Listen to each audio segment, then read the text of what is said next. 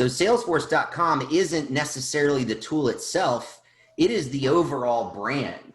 So if I delete this and come out of here and we look at Salesforce.com, their website here, Salesforce.com is the brand.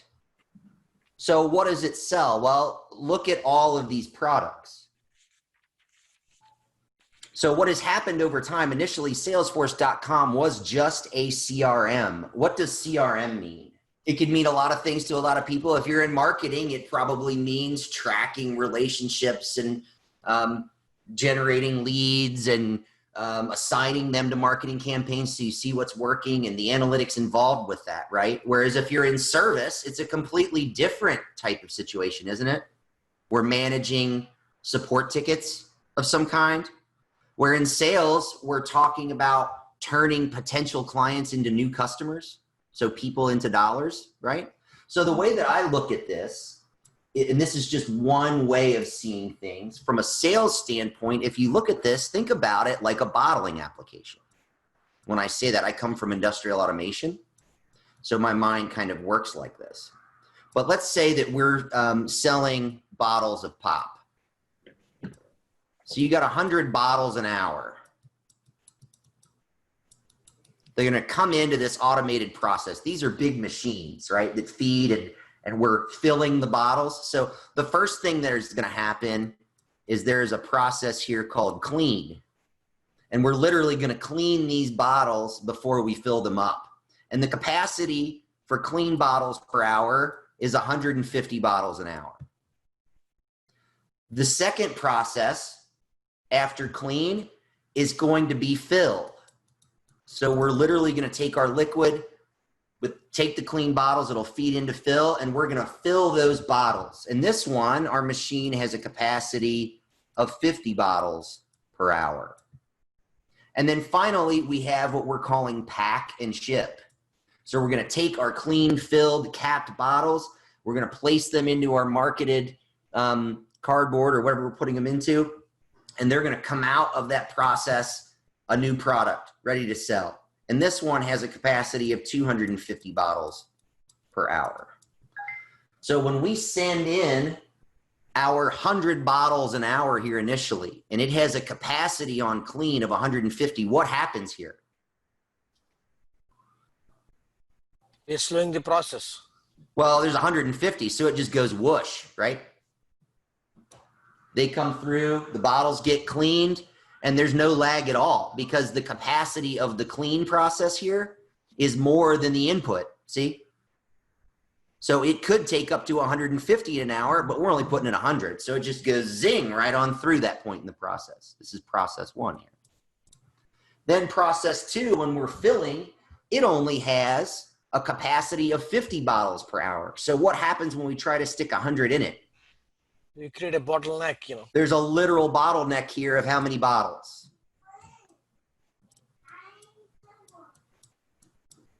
Right? Isn't that 50? You got 100 going in. It's only managing 50 at a time. So what's the output here? Per hour? 50, right? And then pack and ship, it's 250 bottles an hour. So what is our output per hour of filled bottles? 50. 50. So the idea here is that there is a law of constraints. The output of the process is going to be only equal to and always equal to the lowest capacity process in the entire overall process. So we have three separate processes here. One of them, the capacity isn't high enough to meet demand. So what happens is our output is lower than we need. Do you see how this is an inefficient process? This is what CRM is.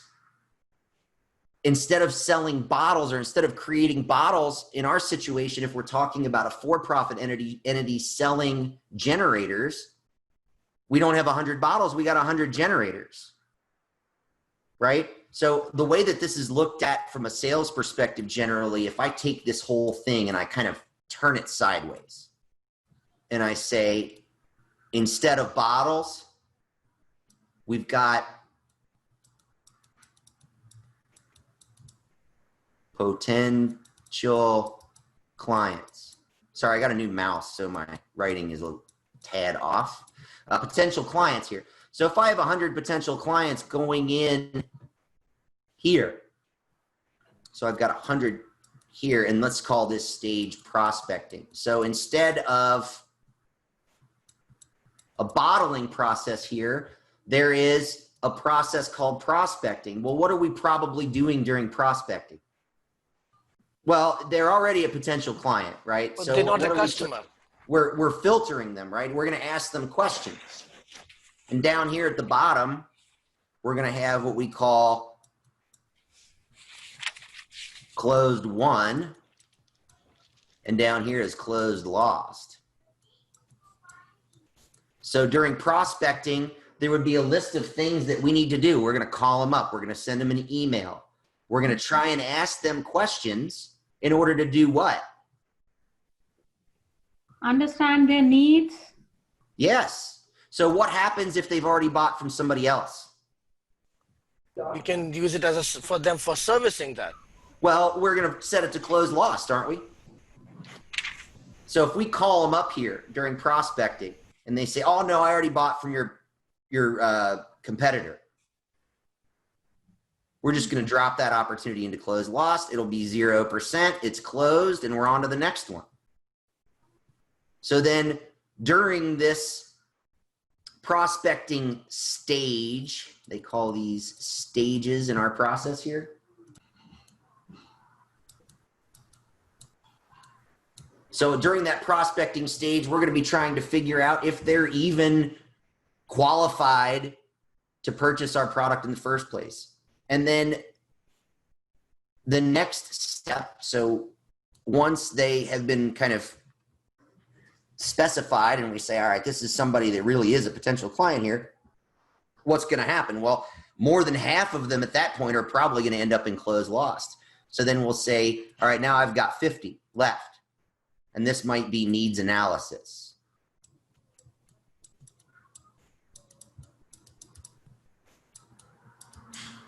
Right, so this is a second stage in our business process here. And during that, we might go and actually send out someone to their facility and look at what they have so we can specify what.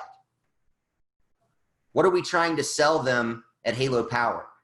Power generators. Yeah, we're trying to find them generators. So we might send someone out at this stage in the process to go see what they need. And then we're going to do what with that information? We're going to give them some kind of proposal, right? Yeah. And this is a very simple business process here, but this is just like our bottling application.